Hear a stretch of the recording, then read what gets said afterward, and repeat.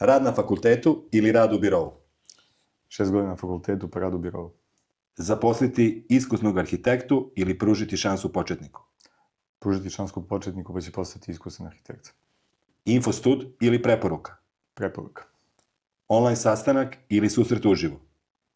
Susret uživo. Arhi Energy ili sajam građevine? Jednom sajam građevine, pa Arhi Energy ostatak. Nagrada struke ili zadovoljan klijent? Zadovoljan klijent, posle će biti nagrada struke. Veliki biro ili mali tim od 5-6 ljudi? Nekoliko timova od 5-6 ljudi. Rani jutarnji rad ili večernja kreativa? Zornjak. Na dosadnom sastanku scrolluješ Instagram ili LinkedIn? Instagram, bolje su slike.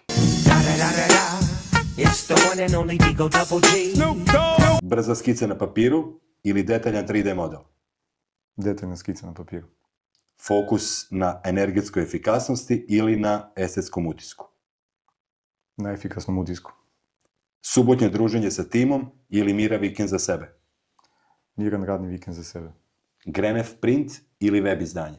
Print.